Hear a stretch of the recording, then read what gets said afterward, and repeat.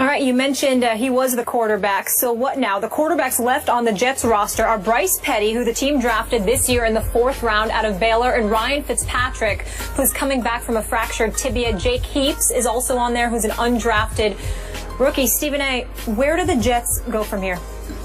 You know the way I look at it from this standpoint, Skip. Ryan Fitzpatrick is going to be the guy. I understand that. But I'm really, really hoping that Bryce Petty develops sooner than later. I like Bryce Petty. I was very, very excited that when the Jets ultimately grabbed him. I mean, the 4th round, 103rd overall pick. I was very excited about that because I watched this kid at Baylor. He's got some skills. He's got some talents. He does. And I think that his upside may very well be greater than Geno Smith. So when I look at it from that perspective, I kind of like the thought of Bryce Petty ultimately developing sooner than later. Now, I brought up Ryan Fitzpatrick. We were at the Jets camp last week, and thanks again to the New York Jets for the hospitality they gave us. They gave us everybody. They gave us Bowles. They gave us McCagnon. They gave us Revis and Cromartie and of course, our boy Brandon Marshall. And I don't put any of this, by the way, on Bowles. I mean, forget, they talk about the Jets a mess or whatever the case may be. He's been put behind the 8 ball, and that ticks me off. Another African-American coach. You got African-American players not sensitive to the brother in the position that he's in. Don't even get me started with that. I'm going to be nice today. But I will say this. Ryan Fitzpatrick, I watched him practice a little bit last week. Wasn't that impressed. Arm strength-wise. Just doesn't seem to be there. Not too much velocity on his throws. I know that he had a relatively decent year last year. If you complete 63% of your passes, you make the Houston Texans a little bit respectable. It was like a 5-game improvement from the year before, despite Jadeveon Clowney being injured. I'm going to give Ryan Fitzpatrick his respect. But obviously, that's not ideal for the New York Jets. That's not what you would have wanted to go into training camp with. So I'm not as excited. This, to me, can be a blow because say what you want about Geno, his arm strength was there. His decision-making was horrible, and we know that part. But his arm strength was there. He's got some wheels on him, and with a Brandon Marshall, and with an Eric Decker, and with Jeremy Curley, and with a Jay Samaro and Cumberland at the tight end spot, and with Bilal Powell, and Chris Ivory, and Stephen Ridley. I'm looking at the New York Jets offense with Mangold and the Brickashaw back with the other pieces that they have. If you can just be serviceable, as elite as that defense is expected to be, the New York Jets could make some noise.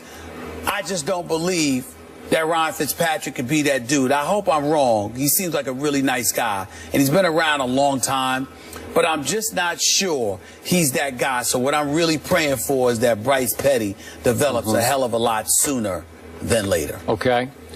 I'm with you on that.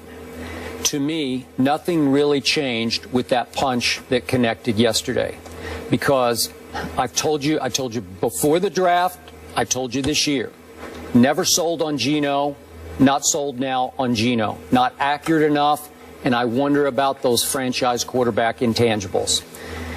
So when we were at Jets camp, I told you on the air, I thought it was just preordained. Chan Gailey is the new coordinator. Chan Gailey was the head coach in Buffalo in 2010, 11, and 12, and the starting quarterback was Ryan Fitzpatrick.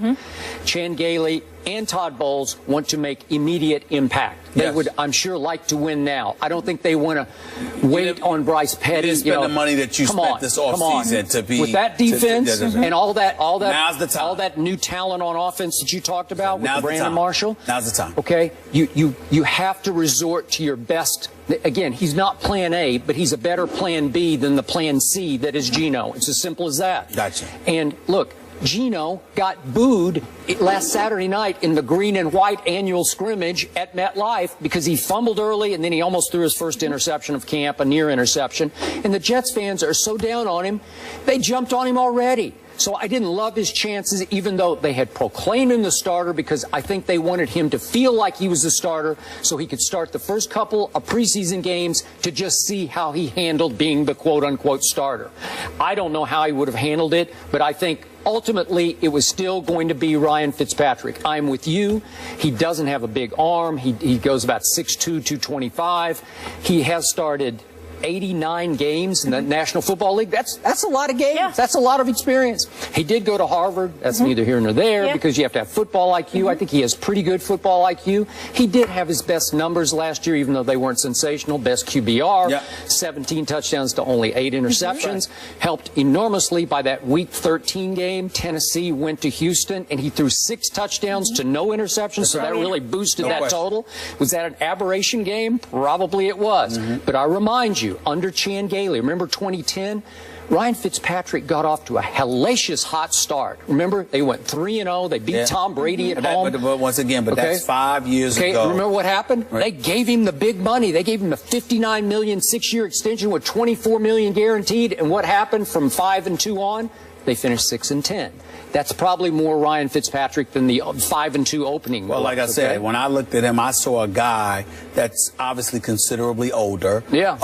You know, from a physicality perspective, he doesn't really stand out with, you know, and then that was 5 years ago. So there's a little more wear and tear on your body, more punishment, getting banged up a little bit, etc. And I just don't see, you know, just somebody that I have too much confidence in. I got from a physical standpoint, I think he knows. I think he's the right guy for your locker room. I think for a stopgap purpose, he can do some things for you. But I don't have a lot of faith in him right now. I'm hoping Bryce Petty gets it done. Bryce Petty. I was on record. I don't know if you remember this before the draft. I think he will prove to be ultimately even better than Mariota will be. I thought he should have been the second quarterback picked in the draft, and Mariota, as you recall, went number 2 to Jameis, and then 2 more quarterbacks were picked before the fourth pick in the 4th round, where Bryce Petty went. But I do not want to see him get thrown into this fire this year. Ain't ready. He's coming from that run-and-shoot offense at Baylor. He's a good kid with a big personality the New York media will love. He's got all the intangibles and the tangibles, but I don't want to see him ruined by some rocky jet start.